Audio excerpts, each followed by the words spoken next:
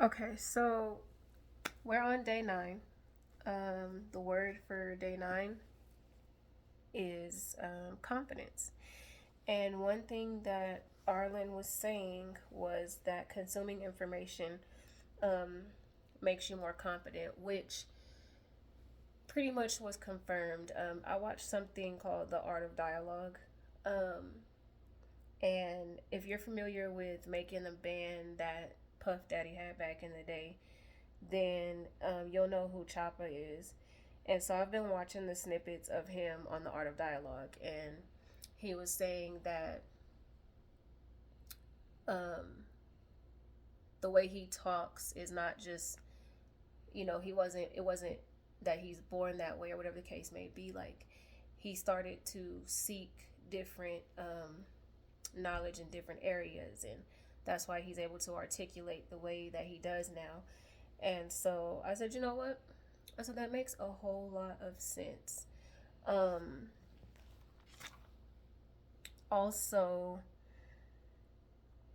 uh, Arlen said to read or listen to chapter 16 of her book, It's About Damn Time, which, if you have Amazon,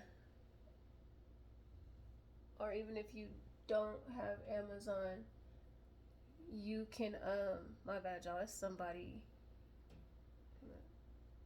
Okay. So, um, I personally, I think, went to Audible. I think, but you can look it up. I wasn't able to find it on YouTube, so yeah, I had to go look. But you can get a free trial, um, and who knows, you might end up, liking it and paying for, just to have Audible all around. But yeah, the art of dialogue is definitely something that there's a podcast that I really feel is worth watching, um, because there's a lot of people on there that are very well articulate and just wise. Like, I love to hear healthy conversation, so that definitely does help in that area. Um,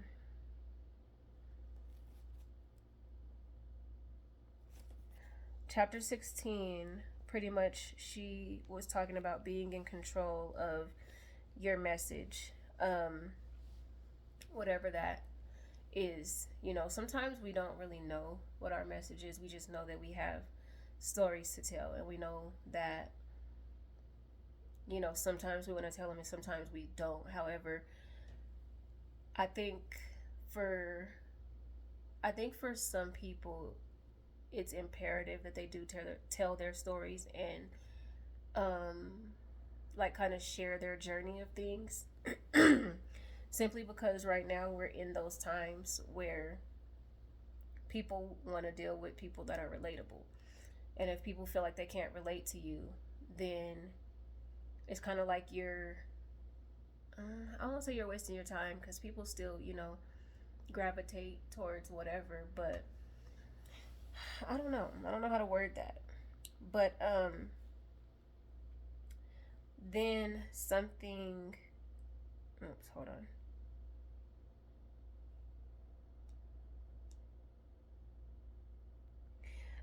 There was something else. So that sparked the question, or that, I'm not gonna say it sparked the question, but it sparked one of my favorite lines from one of my favorite poems, and the line is, "Your playing small does not serve the world." And this is something I tell one of my good friends um, whenever we talk, because it's like they don't really talk themselves down, but they don't really boost themselves up most of the time.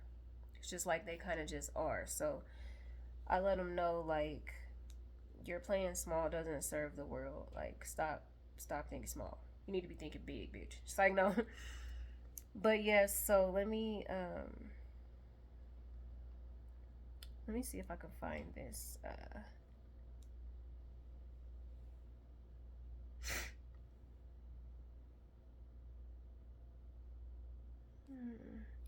Okay.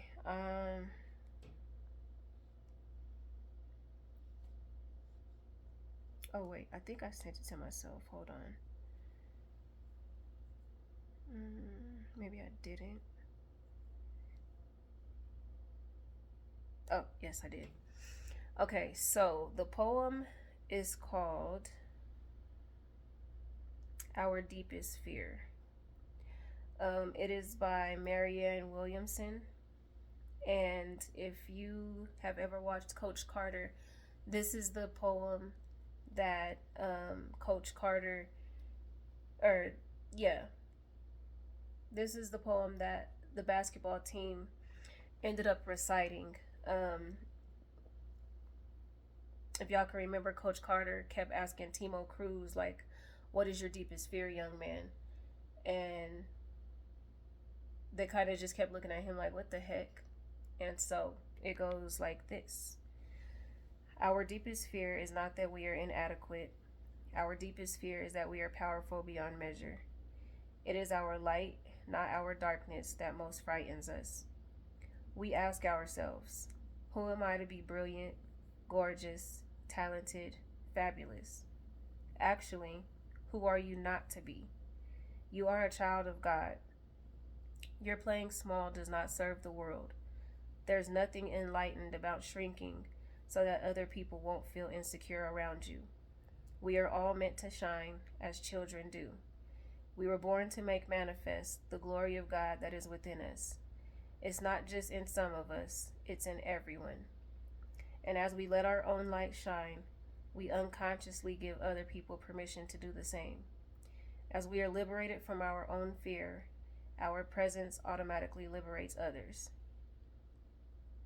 And so that definitely has stuck with me ever since I heard it, and then ever since, that, like I said, that line comes up to me a lot, like comes back up to me a lot. I think about it a lot. So I actually had written it out at one point and had it, which I'm gonna have to do that again.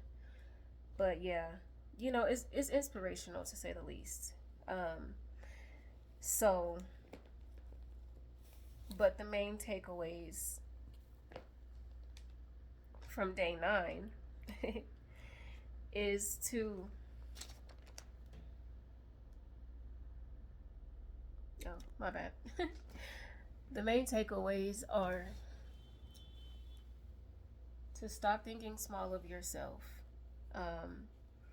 Stop playing yourself short because, you feel like it'll make other people think differently of you, or, make them feel like you're thinking you're better than them.